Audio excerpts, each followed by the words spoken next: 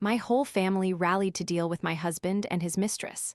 My mother-in-law, in her generosity, served the mistress a pot of poisonous mushrooms. As a result, my husband and his true love were granted the king of hell's palace for their wedding. What truly admirable, undying love. The day Michael brought his childhood sweetheart, Chloe, home, my mother-in-law told me to be more understanding. Men are bound to have multiple women, she said. I glanced at the pile of mushrooms. She was washing deadly white-veined toadstools and a whole large basin of them. What are you looking at? She snapped. I picked these personally for Chloe to celebrate. They're not for you. I just smiled, grabbed my bag, and quickly slipped away. 3 hours later, as I was enjoying drinks with my best friend Jenny, the hospital called. So, it's serious, huh? I mused. But I'm out of money. Guess there won't be any treatment then. It was a happy day for me. I'd been promoted, and my salary had increased by $5,000, bringing it to $31,000 a month.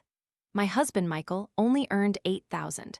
To save his pride and conveniently hide my own savings, I always told outsiders my salary was $5,000. Now I had over $800,000 saved, and in just 2 more years I could buy a house. I'd bought a jade pendant for my mother-in-law, the latest iPhone for Michael, and a designer bag for his sister, Sarah. It cost a fortune, but I was happy, so what? Carrying the gifts, I returned home, only to open the door and find Michael embracing another woman. I glanced at the gift bags in my hand. They don't deserve these, I thought. My mother-in-law's smile instantly vanished. She cleared her throat. Olivia, no overtime today? Why didn't you say something? With a $5,000 salary, working overtime every day, don't you know to ask for more? Chloe and Michael grew up together. Surely you understand their feelings. Understand what? I retorted, looking up at Michael. What's your point? You want a divorce? He shook his head, firmly refusing, and told me to treat him well. My mother-in-law giggled, chiming in, such a small matter and you want a divorce. Be more generous. What man doesn't have multiple wives and concubines? I knew they were just stingy about the $3,000 living expenses I gave them each month. Michael couldn't even support this whole family. How ridiculous. I married him, and now I have to support his childhood sweetheart too, I blinked. Mother-in-law, how about I introduce you to Mr. Zhang downstairs later? He's been pining for you for ages. Even though he's a bit abusive, you could be his mistress and ease the burden on Mrs. Zhang, couldn't you? My mother-in-law's face turned ashen. Michael frowned. Olivia, what's wrong with you? I asked you about this before and you agreed. What's the problem now? Then it hit me. Last week, Michael had watched a video asking what to do if you found your true love after marriage. I'd replied, you absolutely must tell me. I'll make way for you too. My intention was divorce. Everyone deserves freedom to marry. His intention was to bring her home and live as a threesome. What a beautiful dream. Michael, are you insane? You earn $8,000 a month and dream of having women left and right? I make $30,000 and haven't even thought about supporting a few younger brothers yet. Though maybe I should consider some soft, fragrant young men in the future. Michael wouldn't even compare. He scoffed. Olivia, we are true love. You wouldn't understand because you've never been loved. Only I was willing to marry you. Don't worry, as long as you give me $5,000 every month, I definitely won't divorce you. Oh, for heaven's sake, he calculated every single penny. I smiled, looking at Chloe, his childhood sweetheart. What do you think? Do you want to continue being the third party or openly marry him? Chloe looked delicate and pretty, not bad at all. Too bad she was getting involved with this scumbag. Michael pulled her into his arms, glaring at me. Olivia, you're truly despicable. If you can't have something, you want to destroy it. He actually understood me on that point. My mother-in-law, with a righteous expression, declared, No, Chloe is such a good girl. I won't let you ruin their relationship. Oh heavens, had they forgot? I was the one married to Michael. His sister, Sarah, rubbed her eyes, stumbling out of her room in pajamas. Ruin what relationship? She saw the bags in my hand, her eyes glinting. Sister-in-law, are these for me? I chuckled. Want a freebie, but no one's on my side and you still want to take advantage. That's a bit much. No, these are for my best friend. She deserves them. Sarah pouted, full of disdain. With your $5,000 salary, I can tell these are fakes. I don't even want them. Good thing I rarely gave expensive gifts. I preferred buying food for everyone to share so I wouldn't lose much. Right, you're absolutely right, I agreed. Anyway, I definitely won't give them to them. My mother-in-law stepped forward, reaching out to snatch the money. Your money belongs to Michael. These gifts also belong to our family. Chloe is visiting for the first time. You must have bought these for her. Oh, she was utterly shameless. I looked at her coldly. Speak like a human being or don't force me to call the police and let the whole neighborhood see how despicable the man family truly is. My mother-in-law snorted, turning to the kitchen. Petty little thing, serves you right, no one likes you. Chloe is much more suited for my son. Olivia, you want a divorce. Just give me 300,000 and we can go to the Civil Affairs Bureau tomorrow. So that's their plan to trap me here, I knew it. How could Michael bear to leave his true love without a name or status? 300,000? I could easily give it, but on what grounds? Absolutely not. On the contrary, you should give me 300,000 for emotional compensation, or I won't divorce. I'm not afraid to make a scene. My mother-in-law's face turned scarlet with rage as she washed the mushrooms, cursing me. I didn't reply because I saw the deadly white-veined toadstools in her hands and that large basin of them. I even wondered if I should warn them. After all, adultery isn't a capital offense. My mother-in-law looked at me with contempt. What are you looking at? I picked these personally for Chloe to celebrate. They're not for you. Michael had gone to university in Kunming and stayed there for work after graduating. My mother-in-law moved here last year after my father-in-law passed away, saying she didn't want to be alone in the countryside. She made it sound so pitiful. I was busy and didn't have time to cook, and Michael often ordered takeout. I thought it would be a hassle if their health deteriorated, so I agreed to let her come. Not long after, Michael's sister, Sarah, failed her university entrance exams and also came here, claiming to look for work. But as a high school student, she wouldn't do any heavy labor, ending up just lying around at home all day. Truth be told, even locals couldn't identify all the types of mushrooms, let alone newcomers from out of town who hadn't been here long. Heh heh. Eat up, eat as much as you can. I went into the bedroom, retrieved my gold, and bolted. Every month I saved 5 gold beans. Now I had over 300, worth more than 200,000. As I was leaving, Michael leaned against the door, saying, Olivia, think carefully. It's only 300,000. Your parents can surely afford it. Crazy, this whole family is crazy. I turned back, looking at him coldly. You just wait. When I come back, I'll tell my brother to beat you half to death, or I'm not a Chen. Hearing my brother's name, Michael trembled with fear. Olivia, this is between us. Why bring your brother into it? When it came to money, he'd shamelessly tell my parents to gather it. But when it came to getting beaten, he didn't want me to call anyone. What a joke. Just wait until the weekend. I'll gather all our relatives and then you'll see. You dare bully a Chen family daughter? Just wait for a beating. I remembered years ago when my cousin was bullied by her in-laws. She just shouted in the family group chat, and within half an hour, over 30 people showed up. After that beating, her husband was as meek as a puppy. Michael tried to pull me back, but I darted away. What if they made me eat the mushrooms later? I'd definitely refuse, and then they'd get suspicious and stop eating them. The moment I left the apartment building, I called my best friend Jenny. Sister-in-law, call my brother and let's go for a drink. Jenny, my best friend, was also my sister-in-law. I'd introduced them before my marriage. I used to live with them, and our bond was incomparable. My family never worried about mother-in-law-daughter-in-law conflicts or sister-in-law-brother-in-law issues. Everyone in the family adored my sister-in-law, always vying for her attention with my brother. Where are you? I'm coming right away. Jenny's joyful voice rang out. I immediately told her the address and asked her to bring me a 1,000-layer durian cake from the bakery near their neighborhood. Their cakes were freshly made, hygienic, soft, and delicious, my absolute favorite. I hadn't had it in ages and missed it terribly. An hour later, we met at a pub. My brother, Leo, carried the cake, his face annoyed. Olivia, this had better be important. You probably just ruined our good time again. My sister-in-law, Jenny, put her hand on my brother's waist and twisted it. He immediately grinned. Little sister, you must be hungry. I kept this 1,000-layer durian cake warm for you. Eat quickly. What kind of drama is this? Your sister is more important. Jenny glared at him and personally opened the cake, placing it in front of me. Olivia, you haven't had dinner yet, have you? Eat quickly, don't hesitate. It was past 8 p.m. and I truly was hungry. Eating cake and drinking wine, I became more animated. Jenny knew me too well. Her eyes full of worry, she said, Tell me, what happened? Don't hide anything. With your brother and me here, no one can bully you. I happily ate my cake, managing to squeeze in a sentence. I think I'll be moving in with you two for a while. Michael brought his mistress home. I guess I'll have to get a divorce. Crash, Jenny slammed her hand on the table. What the hell? Leo Chen, call a few dozen people over here right now. I quickly grabbed her hand, blowing on it. Ouch, does it hurt? Why so much force? My brother's face turned red with anger. He was anxious, both worried for me and annoyed that I'd once again ruined his and Jenny's alone time. I couldn't care less. "Don't rush," I said. "When I left, they were just about to eat the poisonous mushrooms. Who knows, maybe I won't even need a divorce. I'll just be a widow. Heh, I'd rather be a widow." I simply recounted what had just happened. Jenny listened, cursing under her breath, while my brother frowned so hard he could probably kill a mosquito. "Who told you to fall in love with a pretty face? Serves you right." Michael certainly was handsome, completely my type. At the time, my brother introduced him to me, a close friend of his. But we were too close. I'd always treated him like a brother and never felt any romantic spark. After getting married, I realized that a peaceful life was the real deal. No matter how handsome someone is, you get tired of looking at them.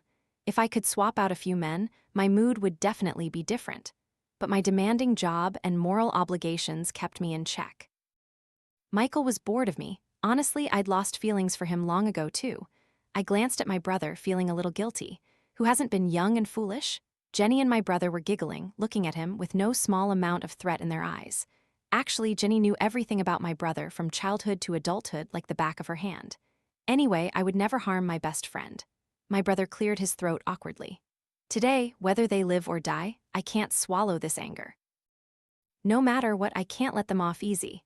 Jenny nodded in agreement, her gaze at my brother softening a little. I swallowed a mouthful of cake, looking pitifully at Jenny. "I don't want to go back to the Mann family home. I don't have a home to go back to anymore." "What do you mean you don't have a home? My house is your home," Jenny declared protectively.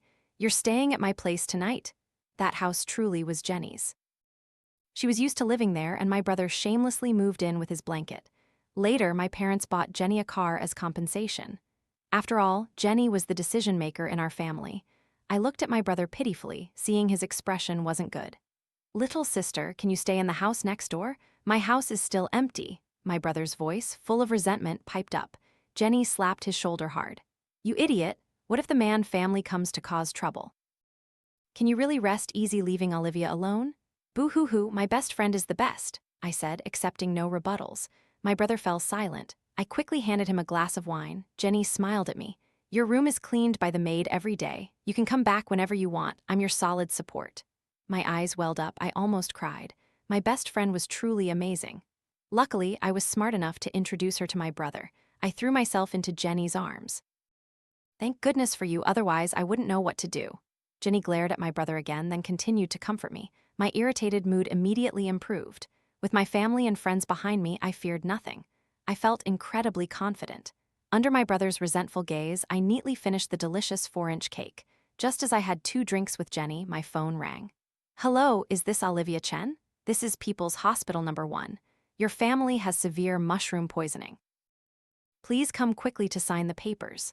I didn't expect it to be so fast. Jenny raised an eyebrow, a smile playing at the corner of her lips. My brother gave a thumbs up, also in good spirits. I sighed, feigning sadness. "Excuse me, it will take me some time to get there. May I ask how many people were poisoned? My husband cheated and brought another woman home, then kicked me out. I want to know if Chloe Mack was poisoned. Can she be saved? If everyone can go together, that would be even better." The person on the other end was silent for a moment. She ate quite a lot. If she doesn't receive timely emergency treatment, it could lead to liver failure. "Well, that's good then. I was just afraid they hadn't eaten enough," I said with a wide smile, continuing my questions. "And the man, is he serious?" "He also ate a lot. Please come to the hospital quickly." "How can I come quickly? Am I supposed to pay their hospital bills? Pay for the mistress? Am I crazy?" How could I be so kind? If Michael had been honest with me, I would have happily wished them well. But he brought his mistress home and then demanded $300,000 for a divorce. That's too much. "Don't I have any dignity?" I replied listlessly. "So, it's serious? Well then, no treatment.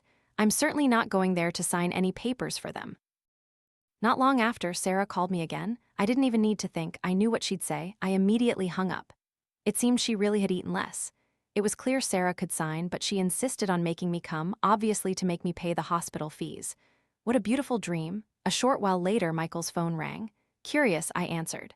"Sister-in-law, please come to the hospital quickly. My brother is very serious. He keeps calling your name. I'm so scared. Can you come fast?" So, it was Michael's sister using his phone. I thought he had recovered. Gave me a fright for nothing. Why should I go? Am I supposed to pay the hospital bills as an outsider? He brought his mistress home, and now he wants me to pay for his medical care? Be a decent human being." The other side paused, then spoke in a pitiful voice. "Sister-in-law, my brother just wants to know if you care about him. Actually, today was just an act. They have no relationship at all." After you left, my brother was very sad. Who was she trying to fool? Could she not see the glint in my eye? I laughed. So sad he ate a whole bowl of mushrooms? I thought he'd eaten himself into a coma. She was blatantly fabricating stories just to make me fork out money. The current treatment costs were temporary, but the main issue was that they were sick, Michael couldn't work, and the household expenses and future medical costs, they all wanted me to pay. Sarah didn't want me back out of concern. She wanted me to be a beast of burden for the Mann family. "Olivia, do you have any humanity? After all, you're still my brother's wife, still part of the Mann family. If you don't come, I'll call the police. I'll accuse you of attempting to murder your family. You clearly knew the mushrooms were poisonous and didn't tell us. All of our poisoning is your fault. What's a little money to you? I'll give you half an hour. If you don't show up, I'll really call the police." Her true colors showed so quickly. Oh my, I was scared to death, but it wasn't me who picked the mushrooms. Michael brought another woman home and I was unhappy, so I left perfectly normal, right? There were no cameras at home, so I saw nothing. Right, no evidence, so what could anyone do to me? I wasn't scared at all. I hung up. Jenny was consulting her lawyer and my brother was updating our family group chat. A flurry of relatives responded. My parents had driven up from our hometown, bringing our 2 5-year-old golden retrievers. "Good kids, don't be scared. Mom and Dad will be there in just over an hour."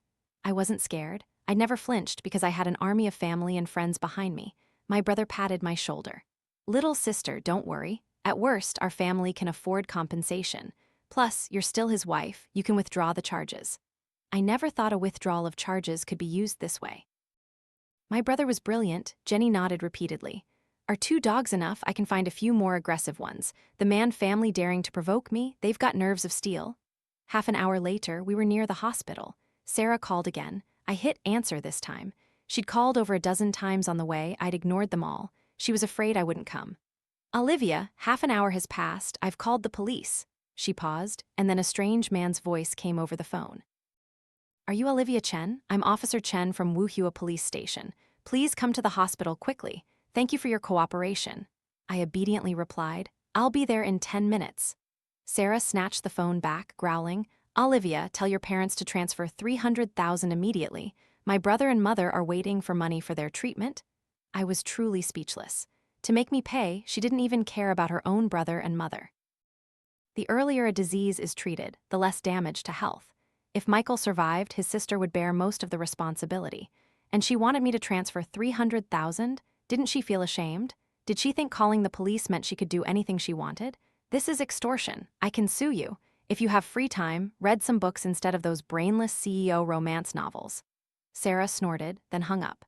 Jenny and I exchanged glances, both shaking our heads. My brother beside us scoffed.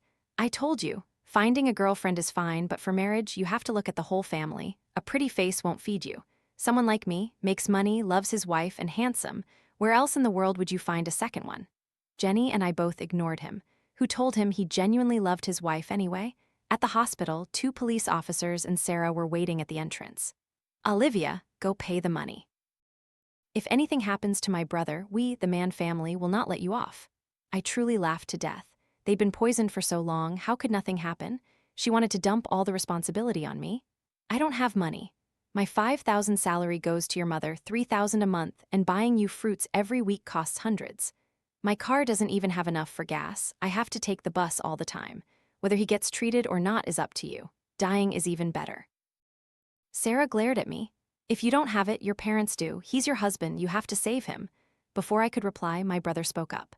"Who are you to demand money from my parents? What right do you have? If you don't have money, then don't treat him. If he dies, I'll even buy an urn for his ashes. Consider it a good deed." My brother was tall and muscular, always hitting the gym. His muscles bulged. That's because Jenny liked that body type. He'd cried while working out to get it. Sarah stumbled back 2 steps in fear and turned to the police. "Olivia Chen is from Yunnan. She knew the mushrooms were poisonous but didn't tell us. She intentionally harmed us. I want to sue her." Honestly, I'd be happy to stall a bit longer to let their condition worsen. I shrugged, looking helpless. "Actually, I didn't want to say this, but I really can't accept this accusation. Michael brought his mistress home and asked me to demand $300,000 from my parents for a divorce." I was in no mood to pay attention to what mushrooms they were eating or where they came from. I don't know. At that time, I hadn't said more than a few words before I left the house. You can check the building's cameras. The two police officers exchanged glances and seriously told Sarah, "Do you have any other evidence? If there's no evidence, you can't falsely accuse others. Life safety is paramount. You should pool your money and pay for the treatment." "I don't have money. A cheating man deserves this." Sarah's face turned beet red and she started cursing my ancestors. My brother glared at her. If the police weren't there, he probably would have laid hands on her. I slapped her. "Your mother didn't teach you well, so I'm lending a hand. No need to thank me." Sarah covered her face, looking at the police. "Ah, she hit me. Now I can sue her, right?" The two police officers remained expressionless. I calmly said, "My brother and I aren't divorced yet. We're still family." "This is a family matter, you see. Now that your mother is hospitalized, as a sister-like figure to your mother, I have the right to discipline my sister-in-law."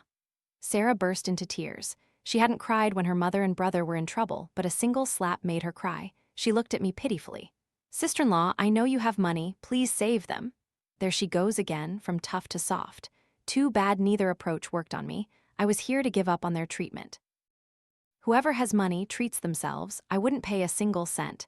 Jenny stood in front of me. My brother stood in front of Jenny. Sarah looked at my brother, terrified.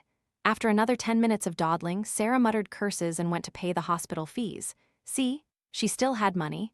The two police officers said a few words and left. They weren't doctors, there was no point in them staying. Sarah occasionally glared at me. She didn't dare curse me, only shot me murderous looks. I found it boring and was about to leave when a group of people rushed in from outside. They ran straight to Sarah. The leading man looked quite like Chloe. "Blackie, where's Chloe?" Sarah's face turned ashen. "Blackie, haha." So Sarah's nickname was Blackie, and indeed her skin was dark. I heard it was inherited from her father. If Michael was as dark as her, I definitely wouldn't have looked twice. Sarah pointed towards the emergency room. Chloe was lying there, eyes closed, a smile on her lips, as if having a beautiful dream. "Blackie, didn't you say it was very serious? Why is she still lying here?" Sarah glanced at me pitifully. "I don't have money to pay the hospital fees. If you want to blame someone, blame my sister-in-law. She has money but won't pay." I truly couldn't believe it. This was being blamed on me too? Blackie was quite something. I rolled my eyes. "I won't even save my own husband, so who are asterisk you?" As a mistress, you should have some self-awareness. You get sick and you expect the wife to pay? Are you crazy? If you have brains, use them. Sarah was dumbfounded and took a moment to react. "I don't care. Anyway, I don't have money." Chloe's family glared at Sarah, then turned to me. "Anyway, Chloe got into trouble at your house. You have to take responsibility." I nodded. "Take responsibility? Absolutely. You should find Michael to take responsibility." "Oh, right." "The mushrooms were picked and cooked by my mother-in-law herself. You should go find them and demand responsibility. Better yet, make them pay with their lives. That way I won't have to worry, and I'll even sponsor the urns, guaranteed high quality. Now, take Chloe to the emergency room immediately. If anything happens, I'll make you pay with your lives." Chloe's family glared at me. How unreasonable. "Well then, good, no need for regrets." Woof woof woof. My two golden retrievers ran over, baring their teeth at the people opposite, utterly fearless. My parents, leading a group of people, had arrived. Chloe's parents stepped back a few paces, shouting loudly, "Security, chase the dogs away." I looked at them coldly. "Don't worry, my Goldens don't bite people." Seeing their bloodless faces, I smiled faintly. "Oh, right. Just now, you said you wanted them to pay with their lives, didn't you?" "Michael and my mother-in-law, you can choose whichever life you prefer to claim. I'll even throw in money for the knife." Chloe's parents' faces turned purple with rage. They dragged Sarah to pay the hospital fees. Sarah pleaded with me, but I shrugged, feigning helplessness. When security arrived, I took my two dogs and the group of people back to the Mann family home. All my belongings absolutely had to be cleared out.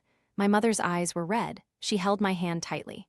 "My dear, you've suffered so much." It wasn't that bad. I hadn't suffered any losses, nor did I feel wronged. My father's hands trembled with anger. Luckily, we arrived in time, or my daughter would surely have been bullied by them. If Michael weren't an emergency, I'd definitely give him a good beating. It's better not to die. Death is too easy a punishment. Jenny gently comforted my parents. "Don't worry, Mom and Dad. With me here, I absolutely won't let Olivia suffer any losses. Otherwise, it won't just be mushroom poisoning. His leg will surely be crippled." My parents' furrowed brows immediately relaxed. My mother said proudly, "Jenny, you're still the most reliable. With you here, Mom and Dad can rest easy." Back at the Mann family home under my command, we started clearing out. Everything I bought was taken away. Clothes and shoes bought for Michael were given to relatives. If no one took them, they were thrown into the recycling bin outside the building. The refrigerator my parents bought when I got married was taken, along with all the food inside. The washing machine, sofa, and Simon bed, bought by Jenny, were also cleared out. Finally, even the front door was removed, as my brother had bought it. When we left, the house was completely empty. Nosy neighbors from across the street came over to ask what was happening. My mother took the opportunity to expose the Mann family's despicable actions. I believed it wouldn't be long before the Mann family was famous throughout the neighborhood. We moved 5 carloads of stuff back to the apartment I'd bought before marriage. At that time, my parents weren't very happy with Michael, so they'd bought me an apartment as a dowry, telling me not to tell the Mann family. I never expected the marriage to end in less than 3 years. My brother kept nagging me to stay at my place or his, not to be a third wheel. My mother glared at him a few times, and he immediately fell silent. Jenny looked at my brother coldly. I can't bear to leave Olivia alone outside. If anything happens, we'll regret it too late. You're her biological brother, yet you're less reliable than me. Everyone nodded in agreement, except my brother, whose face was as dark as coal. I feigned helplessness. It's not that I insist on staying with you too. It's just too dangerous outside, I'm scared. My mother poked my brother's head with her finger. If you didn't have your sister, how would you have married Jenny? You two are good sisters, you can live together for life. My brother mumbled miserably, I just want a world for 2 people. The houses are opposite each other, you can still hear me if I shout, I said, head held high, as if it were obvious. Jenny and I have been friends since kindergarten. If I wasn't worried she'd meet a bad guy, why would I have introduced her to you? The next evening, as Jenny and I were enjoying a big dinner, my mother-in-law called. So fast, wasn't it very serious? Olivia, are you crazy? Do you really want a divorce? My Michael is so handsome, you won't find anyone better. Bring your things back home right now and borrow $300,000 from your parents to give us. She was insane, her brain must have been damaged from eating mushrooms. In the past 2 years, Michael had gained 10 kg, his six-pack had turned into a single paunch, and he had wrinkles when he smiled. He hadn't been handsome for a long time. Madam, have you never left your neighborhood? Your vision is so limited, worse than a frog in a well. Oh, right, let me ask, is Michael dead yet? If he is, I must go there. Don't worry, I'll cry very loudly.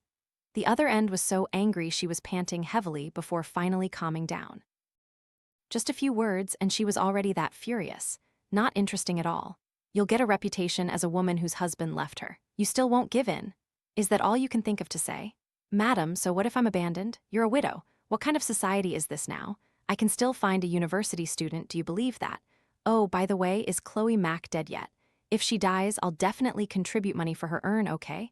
Remember to tell her family for me. The other end fell silent. I smiled brightly and continued. No one died? Ah, what a pity. I wanted to do a good deed for the urn shop, but no opportunity. But listening to your cursing, your health seems much worse than before. The other side was so angry, she hung up immediately. Less than 2 days later, my mother-in-law came to my office and was turned away by security. I had anticipated her coming to cause trouble at my workplace and had already informed security. My best friend told me that Michael and Chloe's condition was very serious. They had severe liver damage, which could very likely lead to multiple organ failure. Death was just a matter of time. If they had received timely emergency treatment, it certainly wouldn't have been this severe. The hospital had told them to get emergency treatment first, but Sarah insisted on waiting for me to pay. I wonder how good Michael and his sister's relationship is now. I was truly curious. After Chloe's parents understood the situation, they demanded compensation from the Mann family. Otherwise, they would call the police. Sarah ran out of money and waited for her mother to wake up. Then, a whole group of people stormed into the hospital room, forcing my mother-in-law to pay $300,000. After that, they abandoned Chloe, not caring if she lived or died. In reality, they knew Chloe wouldn't live much longer. The important thing was to get the money. My mother-in-law didn't have $300,000 and wanted me to pay, as if I hadn't eaten mushrooms and gone brain damaged like her. The Mann family shouldn't expect a single cent from me. Hearing this good news, I called my brother and sister-in-law for a celebratory feast. I also bought a ton of luxury goods. Everyone in the family got something. Jenny immediately bought me a watch worth over $300,000, more expensive than everything I bought today. Having a rich best friend who's also your sister-in-law is truly wonderful. You can win without even trying. My brother muttered beside us. Jenny glared at him and immediately bought him a belt. He instantly grinned. He was so easy to appease, we laughed and chatted. When we got home, at the door, we saw Michael sitting in a wheelchair, his face pale. My mother-in-law and Sarah stood behind him. All three looked terrible. "Olivia, can you come home with me? I need you." "Chloe, was just a misunderstanding. I just wanted to know my place in your heart. I just wanted to test you, and it turns out I lost. But I'm not resigned. Our relationship used to be so good, clearly." "What kind of misunderstanding?"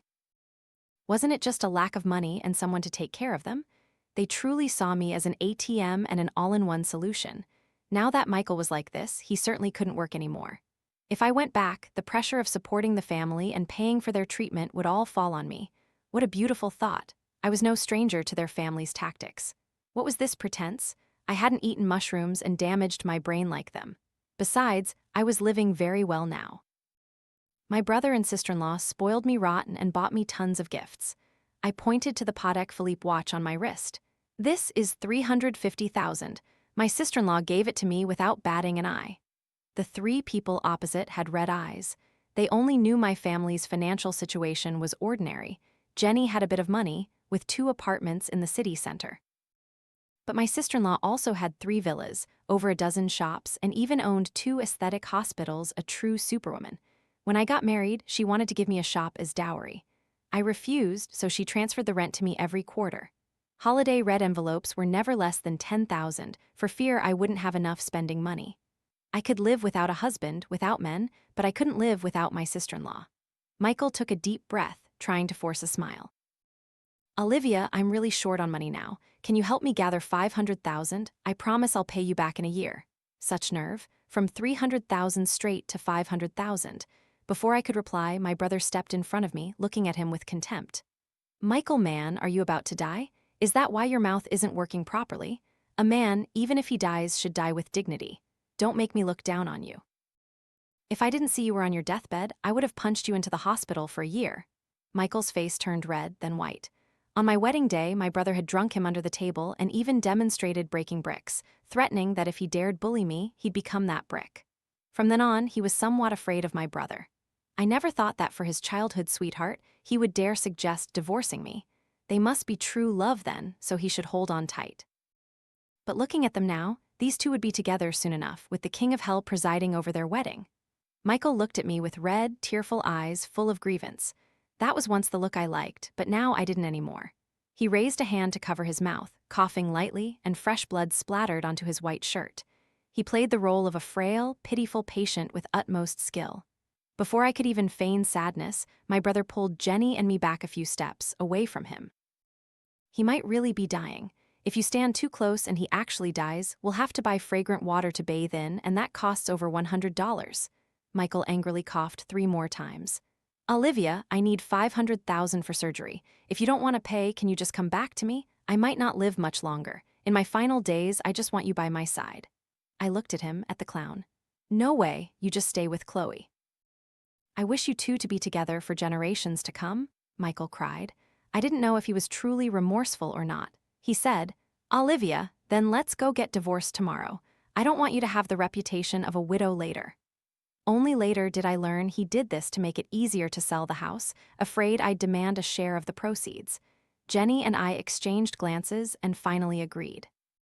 Mainly because my assets had increased too much after marriage. If they kept dragging things out, it would be very troublesome. My mother-in-law and Sarah had red eyes. If Michael hadn't stopped them, they would surely have lunged at me. A month later, I held my divorce certificate. Michael was skin and bones. It turned out that no matter how handsome a person was, if they became that emaciated, they'd turn ugly. His eye sockets were sunken and dark, his liver function weak, his skin jaundiced like turmeric, and his arm bones protruded. He looked like a zombie. I heard he sold the house, but before he could even get surgery, Sarah picked his pockets and ran off. My mother-in-law was furious to the point of fainting, but with little money left, she didn't dare go to the hospital, and her health also deteriorated. Chloe lived with them. Her own parents wouldn't take her. Her health was even worse than Michael's, and she had to take care of Michael and his mother. Poor Mistress. I wonder if she regretted it. A week later, Jenny transferred $800,000 to me. She said she got it from Sarah. She's still young. It's easy to get $800,000 from just two handsome guys. Jenny had acted so quickly. The job was done before I even made my move. Sarah had no choice but to return. That night, the entire family died clean. Chloe had put rat poison in the soup, and she ate it too. In summer, after just 3 days, the pungent smell was unbearable. The neighbors finally discovered them. Heh, I can just imagine how happy they all must be together in the King of Hell's palace. What a joyous reunion.